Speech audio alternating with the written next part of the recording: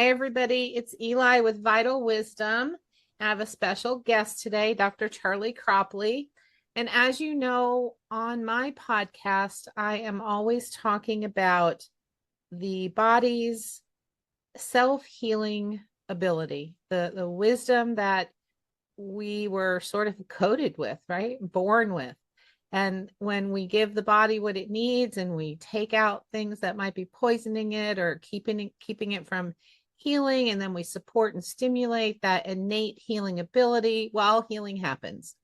And that could be food, drink, water, thoughts, movement, trauma from the past, worry for the future, right? It doesn't matter. And this is an important concept.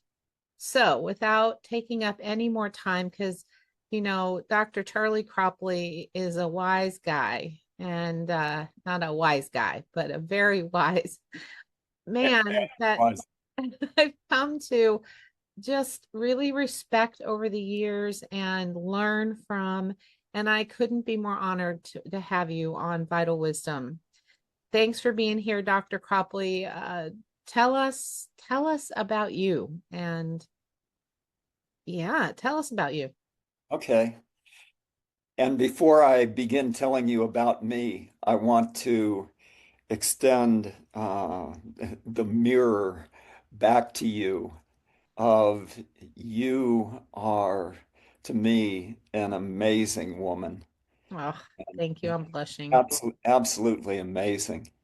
And the love in you and the way that you express it and express it practically is I just admire you greatly, Eli. Thank you for that. That just starts my whole day off in an amazing way. Right. It does. It does. Wonderful. Okay, so I'm Charley Cropley. I'm a naturopathic doctor. I was educated at the National College of Naturopathic Medicine. And when I began college, it was located in, you look at me, I'm looking for In Kansas Kansas, were you guys in College. Kansas? Yeah, in Wichita, Kansas. The first 2 years were there.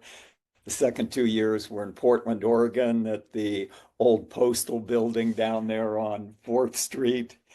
And oh, I'm eternally grateful for my education. Just, I mean, fabulous, really fabulous, and looked at through the world's eyes, possibly the worst education you could imagine.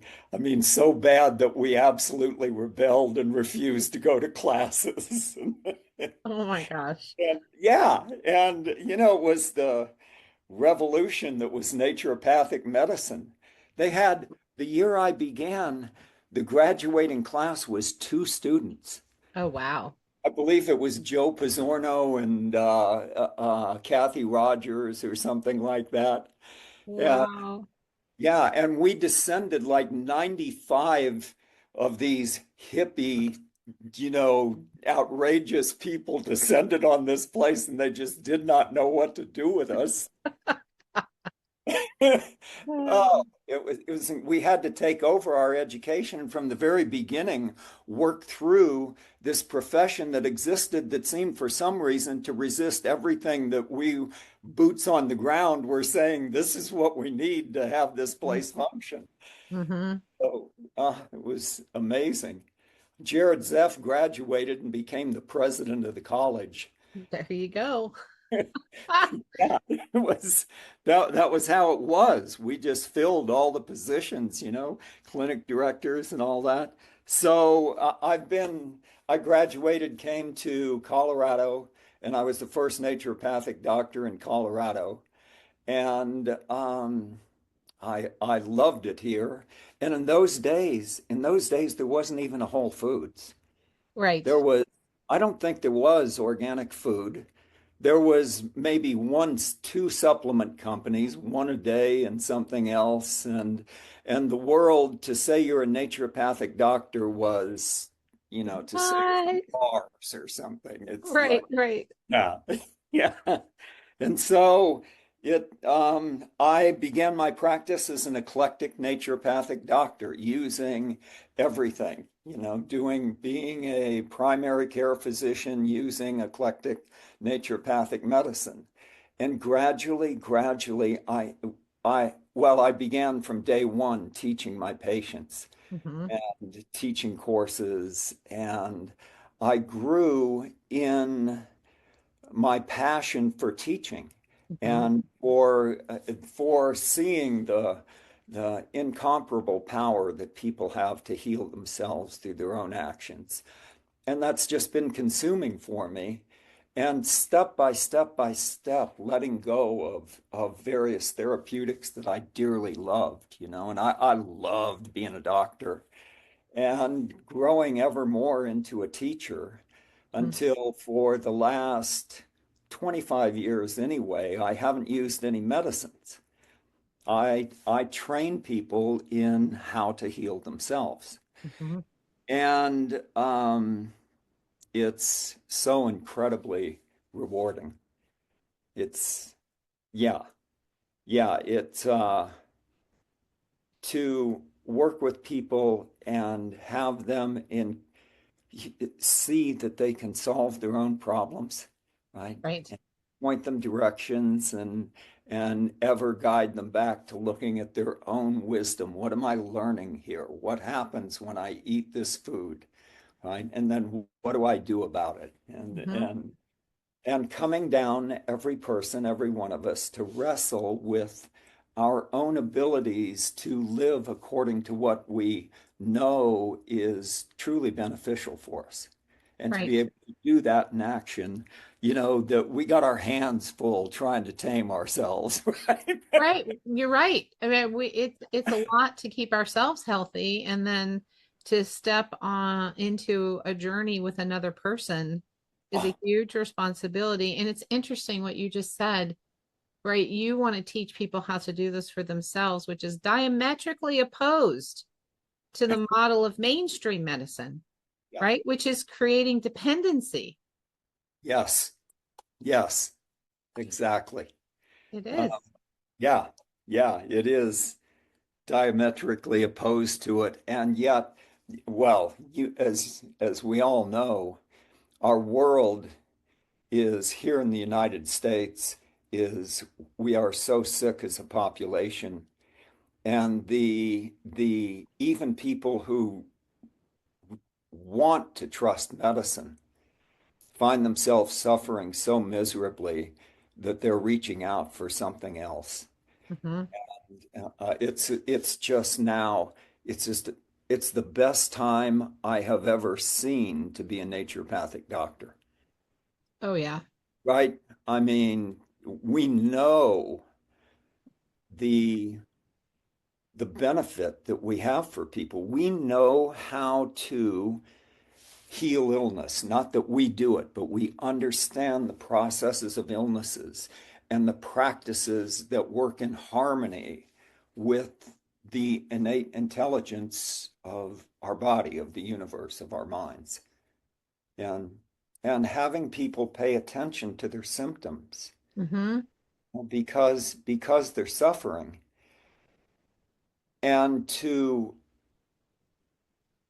listen to them as something and see the influence that they have over them and begin to see that their bodies are talking to them through these inflammatory, painful, processes. Mm-hmm. And they learn that. They learn that. They go, "Oh my gosh, okay, when I do this, that happens. When I don't do this, something different happens." Right. And yeah, and they find themselves in this in the world of nature, living by nature's laws, not by we get to eat anything we want to and think anything we want to. And Mm-hmm. Mm-hmm. And ah, when you violate those laws, we know what happens. Like, yeah, right? I mean, me being out here on the ranch and the farm has taught me uh experientially the things that I used to tell people when I yeah, had the practice, right?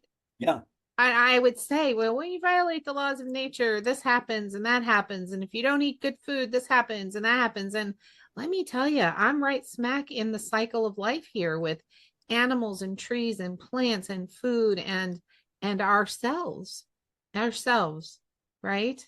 Ourselves, yes. Incredibly empowering, this journey personally that I've been on, and I feel Yeah, like I can guide people better, uh, yeah, help them on their journey. yeah, Right. So they learn to have this, they learn to listen to their bodies. yeah, increasingly. And that the wisdom is within them, right? And them facing not knowing what to do and guiding them to see, being a teacher, Mhm. showing them what they need to know and giving them direction. And then they have to find their way there and find those answers for themselves. Because it varies. It's different for every person, isn't it? Yeah, Hmm. absolutely. Hmm. Yeah, yeah. Oh my goodness. The art of compassionate listening Mm. to, oh my gosh. You know, Hmm. I find myself, I'll sit there more or less in wonder now, just waiting to see what they say. And some patients will, the time, the quiet will be so long, I think they must be waiting for me to say something. And I just sit there and hang out, and then they'll come up with something that's like, they have not been asleep at all. They've been working on this and bam. And you go, oh my God, I could have never known that you thought that or were working with Right. that. Right. It's, oh my gosh, it's amazing. You know, I want to let you do most of the talking, but I want to share a visit that I had with a patient last week. And, I teach a 2-year training program for people to become homeopaths and get certified. Because I don't think there's enough homeopathy in the world, like not enough practitioners. And it's only 10 students. So it's a nice intimate group, right? And we take cases, and then as a group, we talk about the case, meaning what's the main thing here? What is really the disturbance for this person? And often it's physical symptoms. And we know, like I learned this in part from you over the years, that a lot of times it can be the way we think that triggers what we experience physically, what we're thinking about, and how we think about ourselves and how we think about the world. So we take the case, and everybody's like, oh, she's fatigued, and so she probably needs homeopathic phosphoric acid, and they're going through all this stuff. And I said, why do you suppose this fatigue is so extreme? She eats good, she gets sleep, she's taking 2 or 3 really good herbs and a supplement for her body, right, to help out a little bit. So what about her is leading to this fatigue? Well, it turns out that her parents showed her no emotion. She wasn't allowed to show emotion. She did not receive, love, hugs, and affirmations and encouragement. She received criticism and the idea that emotions are wrong. And if you're going to show any emotion, excess joy, frustration, sadness, you can go sit in your room until you've composed yourself. And this was her childhood. And I proposed to them that maybe it's this suppression of emotion and her inability to feel it and show it and process it that has just really worn her body down. We don't learn how to talk to ourselves unless we're taught. And if our parents are broken and our grandparents were broken, right, it's a generational cycle. Yes, yes, beautiful. Crazy. Hmm. Hmm. And they're all like, well, we need to give her something for her physical symptoms. And I kept saying, people, I'm talking to you about the cause of the physical symptoms. What do we need to give her is love, support, encouragement, and a set of tools that allow her to feel and express emotion and right and understand. So we followed up and we talked to her about what we thought, and she broke down crying because she said, I knew it. I knew that that was at the root of everything I'm experiencing. I didn't think it was valid. And I was like, well, it's more than valid. You knew this. You have to hear yourself. And now, of course, we'll go forward from there. But I agree with you. I sometimes people say things and I just go, whoa, where'd that little nugget come from? Mm, mm. Marvelous process, isn't it? It It's is fascinating to watch. naturopathic physician. Oh my goodness. Okay, want to talk about COVID? I would love for you to talk about COVID. Lay it on me, brother. Okay. I want to begin in these times of COVID uh, and with the recognition like I'm more scared about our world than I've ever been. And I've never seen the world so afraid. Never, ever. And uh, all of us, I'm sure I speak for all of us, we're at a loss to predict what's coming up. And it's very frightening. And When you say at a loss to predict what's coming up, you mean as a result of the way they handled COVID? excuse me, I'm speaking about our world in general right now, Okay, okay, just all right. the atmosphere Okay. in our United States and in our global Planet. Yes. family, right? It's the times are unprecedented, and Yes. the danger is extreme, really extreme. And in this, uh, COVID has occurred. And for me, COVID from the moment it began just compelled me.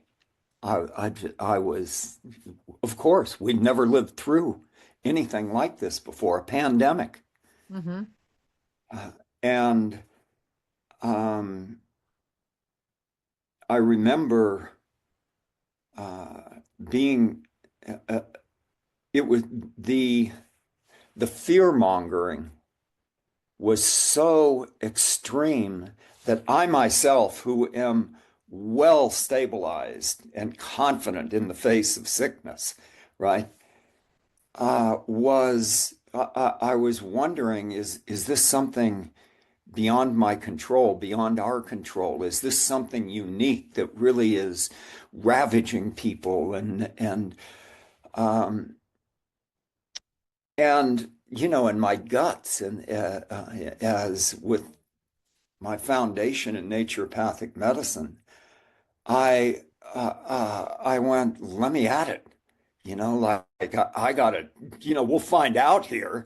Like, you know, maybe this doesn't work, but I don't see any way it doesn't work, right? And I came confidently forward in it and began a course right off the bat, a 10-session course to train people in a vitalistic approach to naturopathic medicine. And I interviewed Jared Zeff and Tish and different people and um, as it grew, I remember people, well, masking and people being on the phone with a woman while I'm out in the park working out. And she's telling me I shouldn't be out in the park because I'm spreading this virus around the world. And I'm going, what the, you know, like really? And and you know, the intense fear that grew between us and everybody masking and watching one another for infractions of it, and then this whole rushing of a vaccine to market. And this is a playbook that if you've studied the history of vaccines, right, it's the same playbook all the time. Hmm. Exactly the same thing, just taking place in different times with a different amount of scientific knowledge and understanding. And Well, except that this happened at lightning speed before the right, because previously when vaccines were introduced, the illnesses had already started to decline. yes, yes, uh-huh. I'd say with the exception of the the 1917 flu, Hmm. right? Hmm. That one. And in that one, the history of that, of persons who approached it naturopathically, was the levels of success were just incredible Hmm. among the Thomsonian herbalists and Oh yeah. the the persons using outdoor hospitals in the fresh air, and the effects were phenomenal. So we get to where, I mean, gosh, to speak out about this or to act differently became, for me, speaking for myself, it was frightening. Being in the Yes. world, and the then came the vaccine was released and then mandated, and as healthcare workers, everybody associated with the government had to be vaccinated. And if you were not, you lost your career. Hmm. And if you spoke out against this was I would say it was the absolute peak of cancel culture, wouldn't you? Oh, absolutely. Yeah, it had built from racism into it became medical cancel culture. Yeah, wasn't it? Was it Hoover's era? What was the who was the pre? And forgive my ignorance. Politics is not my thing, but who started the CIA or the was it was it Hoover? Edgar Hoover, I don't know if he started it or not. Okay, but it was the whole communism thing, right? Yes, Or you yes, were people were turning on each other and turning people in, and yes. I would bet that that's even though it wasn't a medical thing, the fear of conforming and of not being able to have that freedom of speech that we treasure so greatly, and it was a cancel culture at its best. Yes. Well, Jared Zeff was canceled. He was fired. He was fired. Yes, he Jared was. Zeff was fired for Yes, being he was. racist. I oh, Right? Andre Sane, persona non gratis, a racist. Come on. it was well, and to some degree, depending on what population you find yourselves in, what where your home is, right? It still happens to some degree, still to this day. Exactly. Exactly. Yeah, it's actually the technique was, which was, cancel culture was primarily a progressive democratic orientation. It was the Democratic Party and Biden that were ruling at the time, and cancel culture was their weapon. And it's now spread to also being on the right. Mm-hmm. Mm-hmm. And that was uh, for all of us, but speaking for myself, just a frightening time to live through. I remember having an office meeting with my staff and being told or having it pointed out that Charlie, you can say whatever you want to, but there will be consequences.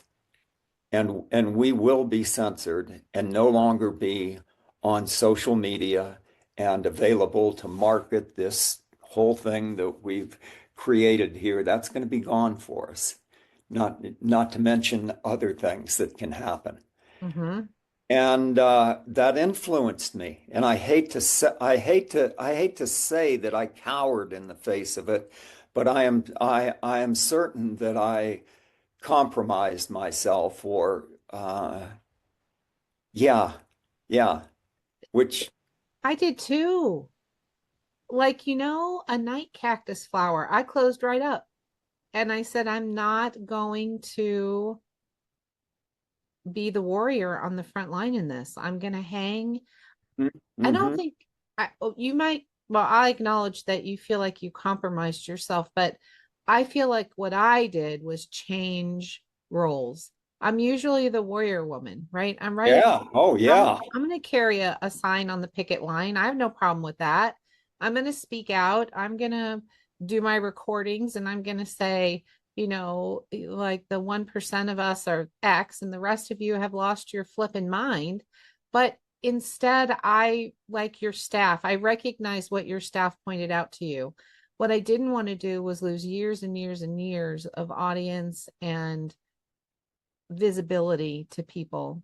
Because if I lose that, how do I get back in front of them? It's like I would have been starting from scratch. And so I backed off the front picket line and quietly stepped back and taught anybody that would listen to me, but not where it was easily seen. That's what I did. I would say my path was somewhat similar. Mm-hmm. Um, yeah. Um, and I admire your choosing. Um,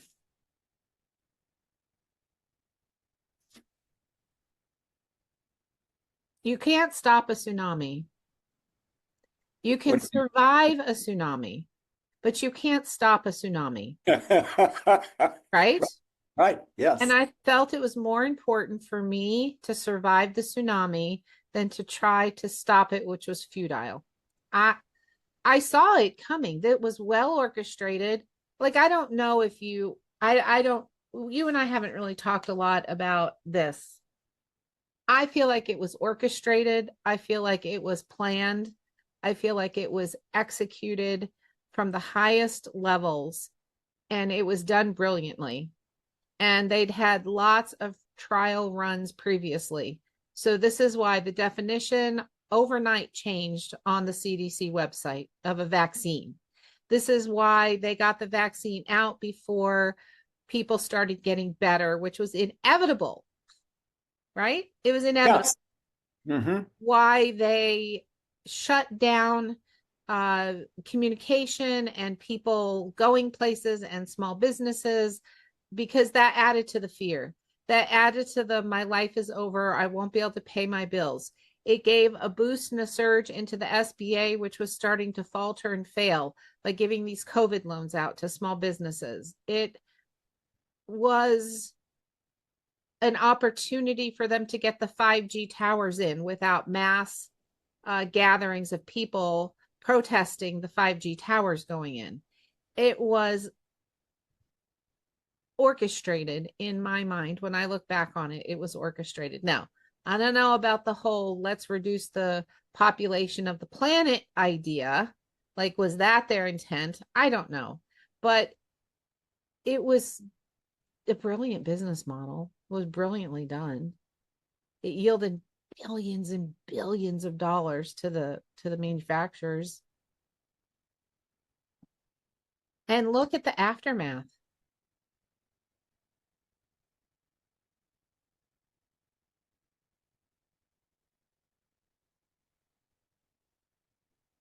The aftermath is,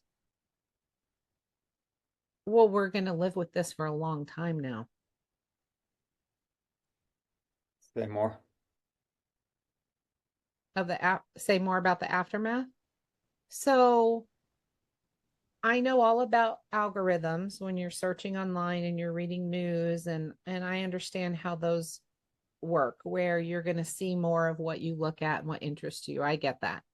But my feeds and the news sources that I'm looking at are talking about a astounding number of people who now suffer from cardiovascular deficits, and doctors doing autopsies in morgues around the country, around the world, saying they've never seen such bad blood clotting in people, and the genetic alterations that they're now finding, and the drop in fertility, and the birth defects, and the birth loss, and um, not to mention all of the psycho influence that we dealt with for 2 to 3 years, and the families that split, and the friendships that ended. And we have colleagues that attacked me for saying, take some vitamin A, get out in the sun, increase your vitamin D, breathe, do not let fear rule you, eat good food, don't eat junk. Like, it's viral. Let's do all the things that, right? I mean, and we can talk about, are there really viruses or not, another day. But the whole idea is that this entity, whatever, the state of the human body dictates the outcome, right? And well, I think the powers that be, I don't know who they are, but they clearly were trying to discredit a holistic approach, a vitalistic nature cure, naturopathy, the idea that the body has the ability to heal itself. Like, you have to discredit that in order to make a campaign like this flourish. And so it was a multifaceted, I think, right? A multi-armed strategy. Um, anyway, I Mhm. don't know why I started on that little tangent. Because you were saying that this isn't something that emerged by accident in Wuhan and just spread through the Right. world. Rather, it was orchestrated. Oh, orchestrated. Ideal Yes. evidence for that. Here's an aspect that for me was just uh, inspiring, incredibly inspiring, is the human beings who emerged, the dissidents, those who, like what we're saying we feared, lost their careers, lost their reputations, lost their money, and and blindly groped their way to find other people who had experienced the same, and and rebuilt their lives in a way from a new understanding. And those heroic people, for me, some of them have been Brett Weinstein is a remarkable one. Del Bigtree is Mhm. another. Bobby Kennedy is another. There are many who have emerged. Peter McCullough, who was ruined, and so many really good scientists and epidemiologists and people who have awakened and begun to investigate what's actually happening here and what is the truth about this vaccine, other vaccines, and about our health overall. And they have, because of them, I have grown, like Mhm. seen, oh my God, they've brought their experience of the truth, and these brilliant minds and hearts and people of integrity going, this is the way I see it, and this is what I've discovered, and this is, oh my gosh. And the phoenix is rising here. I mean, Mhm. our government is is just wanting to empower the uh, permaculture movement, right? And agriculture and functional medicine and there's an alignment of people, of musicians and totally creative people that are bringing about bringing light into a, a ground that has become fertile, meaning the American people have watched COVID take place and mistrust. It is very, very hard to trust the government narrative. Yes. It's just untenable. And the loss of trust in Americans, and then seeing, discovering something else, another whole paradigm of how healing happens. And and seeing people saying, this isn't working. Mm-hmm. This is Mm-hmm. not working. No. And so I feel that uh, in our profession, the silence around COVID has been deafening, Unfortunately. right? Unfortunately, it's like a family where somebody's an alcoholic or somebody's a criminal and or somebody's a pedophile, and the family is like doesn't talk about it. Oh yeah. Oh yeah. It's because we're not agreed. And the conversations I've seen turn really nasty really fast. Yes, yes, isn't I it true? I was reviled for just, I mean, I wasn't even talking conspiracy or I was just saying, look, let's do the basics to keep the body healthy. And you would think that I just told everyone to swallow a lethal dose of arsenic. Like I went, all, People, where am I off here? Like, well, I was telling my family, my husband and my two teenagers at the time, at breakfast one morning, I feel like I went to sleep. And when I woke up, the laws of healing and medicine and science, like people were just making them up.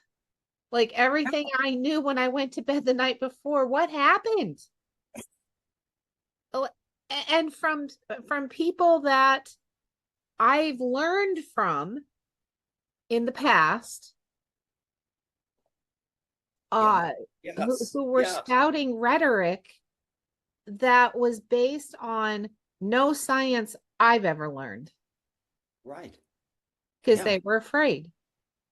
They were afraid, and they didn't just cower or not pick up a sign on the front picket line. They were caught up in the tsunami.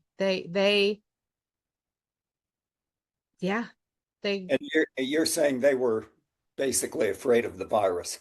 they were afraid of the virus. And well, so many of them were afraid of what would happen to their careers, their professions, their public image. So, but aside from the what, what, how will people perceive me, they were afraid for their lives. Yes, they believed that COVID was what the government said it was. They did. Yeah, They yeah. did. That's it.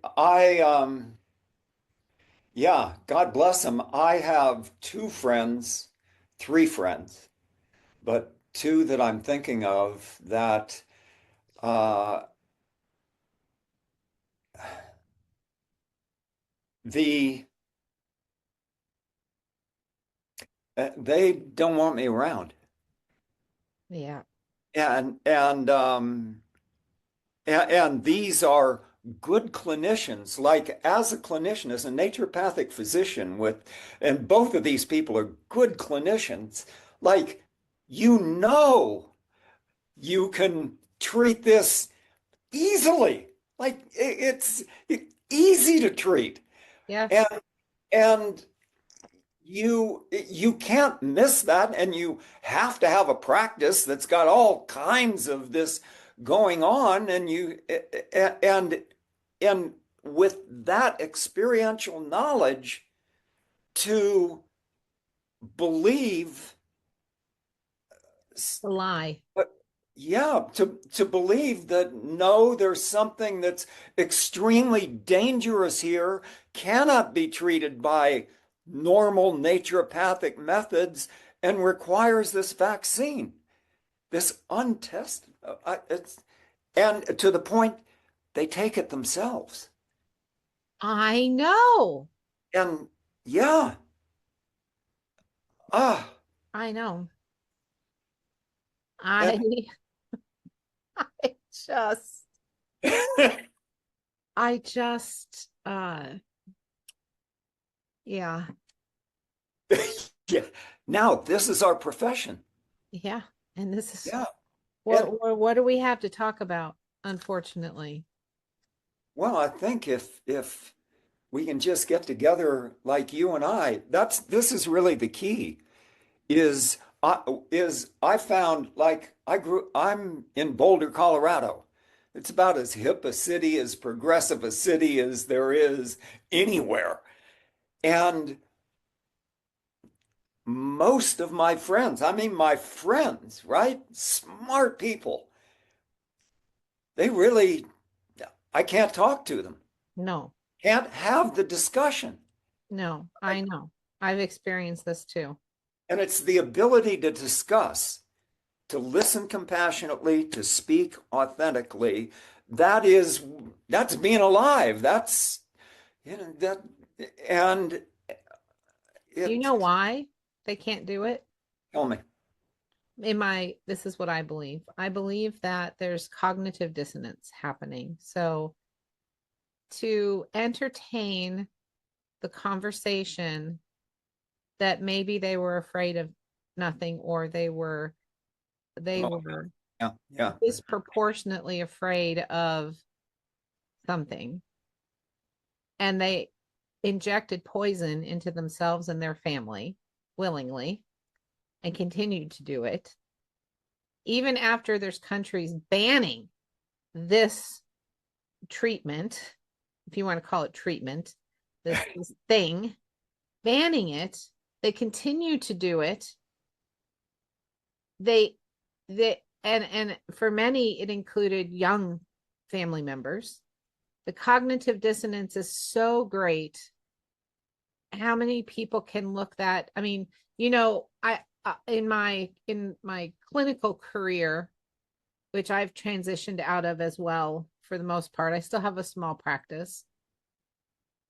I saw this every day because more than half of my practice was treating people with autism, many children, but also adults. And the pain and the shame and the guilt that parents feel once they realize what they've done to their children by getting them injected, whyever it happened, there's a risk with every single injection. There's a risk of developing autism, and it only takes one. And then you continue to inject them when the doctor says no, there's no connection to the vaccine, right? And they end up with severely autistic children. And I'm not saying it's just vaccines. I think it's multifactorial: poisonous environments, yeah, degrading genetics, and like I think it's multifactorial, but the vaccine often acts as a catalyst. That takes them a long time to resolve that cognitive dissonance, right? How it is versus how they thought it Oh my was. gosh. Yes. And that's why I Yeah. think this conversation to be had is, well, like we're talking in our profession, but just between people in general as well, is a very difficult. Um, a lot of people injected poison into their children, into each other, into their best friends, into their parents, or even parents of adult children required them to get the vaccine, or they couldn't come visit them anymore because they were afraid, because they don't understand how vaccines, even the basic science of vaccines doesn't work that way, right? Right. You're right. It needs to be talked about. There's a great divide now. Yes. Yes. And we as we as healers, right, and being united as a profession here, and specifically the Naturopathic Medicine Institute, we have the wisdom to bring this about in ourselves, and it's impossible to foresee the benefits. Mm-hmm. It's impossible. It's going to be healing, but what that actually feels like and what that does for us, health is ever like, oh wow, it's like this. It's more, better than I thought it was. It's There's a lot to be healed, though. You yeah, know, I think we got here as, uh, and again, just within our profession, but I think this is easily expanded to just all the humans, right? Well, there was already such a divide between the naturopaths who are more focused on mechanistic, extrinsic need of medications and procedures and influence, and a lack of faith, belief, understanding, uh, experience with the body that's able to heal itself. And those that know the body can heal itself and know what to do to bring about that, help people learn what to do to have that happen within themselves. So we already had this divide.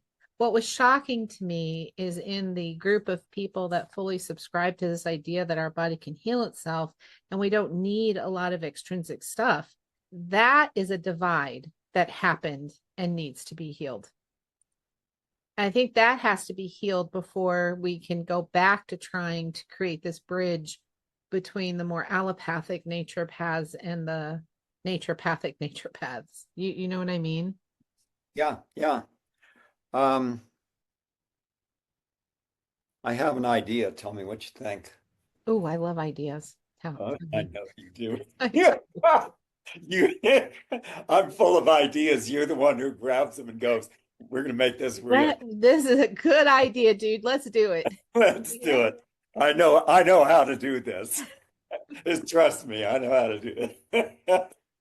So, that NMI, I have a huge curiosity just to know the different experiences that have taken place in NMI, from people who have vaccinated, who have possibly vaccinated their children, to people who didn't, and all of that, to hear what's there and the thinking behind it Mm, is very interesting. And in and of itself, just as our conversation is, it's just so interesting to hear one another's experiences in it. And you and I are strongly, strongly aligned. And to hear, as we both expressed our curiosity, like, how how did you go there? What was your story of mhm, how the direction that you went and why you went there? mhm, And I'm thinking that if we had a group of maybe 20 people to start with who are interested in this, and I would certainly want to have, I'll say 10 of those people be people who went with the program and see what it's like for them and what it mhm, was like and what's emerging. And I think just listening to how different people did, and how our courage was tested and our trust, and really be interesting for us to do. mhm. Maybe September. So That, I think there's something to that. It's sort of like, bearing witness to what happened, right? We survived this, and everyone's going to have a different story, although you'll probably be able to divide people into two big groups of people, uh as to why they did what they did and what happened to them because of that, and where are they today? Those three big questions would sort of round it out. And what purpose would that serve? People might say, well, because everybody out there had an experience, and it helps to know that other people had a similar experience, right? Why do the people who went through the Holocaust keep telling their stories? And it's Oh, so that you're not alone, so that it doesn't happen again, yeah, right? yes, Just, yeah. exactly. Sorry Remember, for all the oh my noise. soul, remember. In the Upanishads, it's remember, remember. Like, Mhm. my gosh, yeah. Remember, so it doesn't happen again. I tell my kids this all the time. If you do something and things turn out way different than you had hoped that they would turn out, right? Don't beat yourself up. Remember that sequence of events, that process. Remember those decisions that you made so that the next time you have the opportunity to walk down a similar path, you can make different decisions. Beautiful, beautiful. Exactly. And this is the great function of elders in society. We know what we know, and we know what the younger ones don't know. And there are things that are vital to be remembered. And we've learned that we don't know everything. And so we continue to seek out that which we don't know that we don't know. Where young people have a tendency to feel like they know everything that's important that they need to know, right? Elders serve No, absolutely. you don't. No, you don't.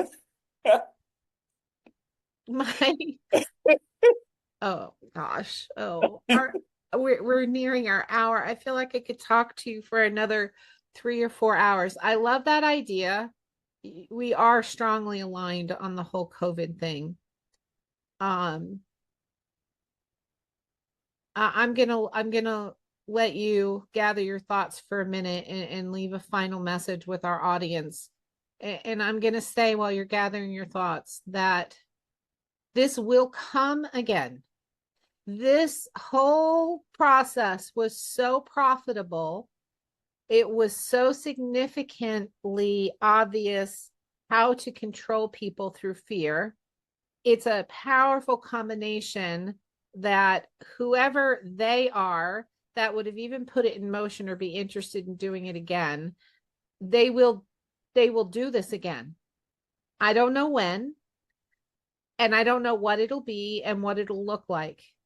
But I think it's so important that we learn how we can choose different things this next time around when it comes, so that we don't end up we lost businesses, we lost homes, we lost relationships, we've lost health, and the loss of health is going to go on for many years because of the damage that was done internally to people. um let's learn from it so we can do it differently next time, because the outcome, it was not a good outcome at all for anybody. Maybe the worst, right? The- we're discovering the harm done by this vaccine, and we're only beginning the discovery of it.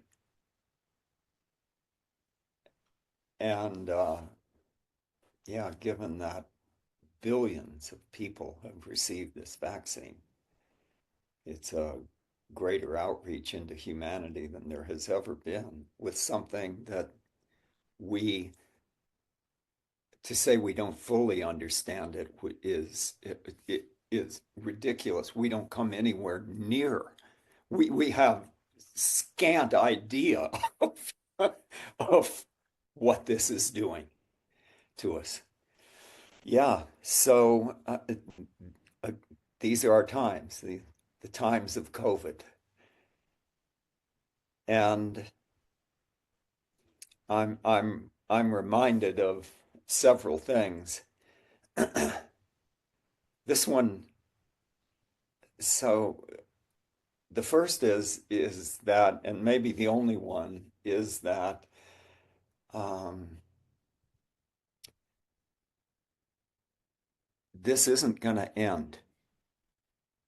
The the the human story, as portrayed in all the great religions, right, is one of standing on the battlefield like Arjuna of good versus evil. And for a lot of us, we're loath, speaking for myself, to admit that there's evil. Fuck. It's like, and and yet this world, our world of suffering, right, that's the plight that we face, and unavoidable. And it's just speaking practically in terms of our own care of our body, we can look at our beneficial, loving, wise desires and our absolute demon doesn't who would as soon destroy that for the sake of pleasure and power and lust, and Mhm. right, and that's us. Mhm. and and going to stay so. And how do we negotiate this? How do we war skillfully? Mhm. Because the war is on, it is happening, right? Mhm. COVID gives us a chance to step into the field and talk about it, right? But Mhm. this is the ancient, this is the human plight that we're in here. Mhm. And uh, yeah, it's exciting times to be alive. Ooh, I mean the stakes. I am so optimistic. I mean, by nature, I'll say. Again, I can't allow the pessimist up here. That evil would prevail. And uh, the task ahead of us, if we just unfold it, seems absolutely insurmountable. Like, Seems that way. seems that way. That's right. Seems that way. And the, uh, you know, what's the power of compassion? Mhm. The power of compassion. I love this saying, all illness, all illness is a call for attention. Mhm. Wise and compassionate action is the universal remedy, Mhm. right? And like, there's a call for attention happening here.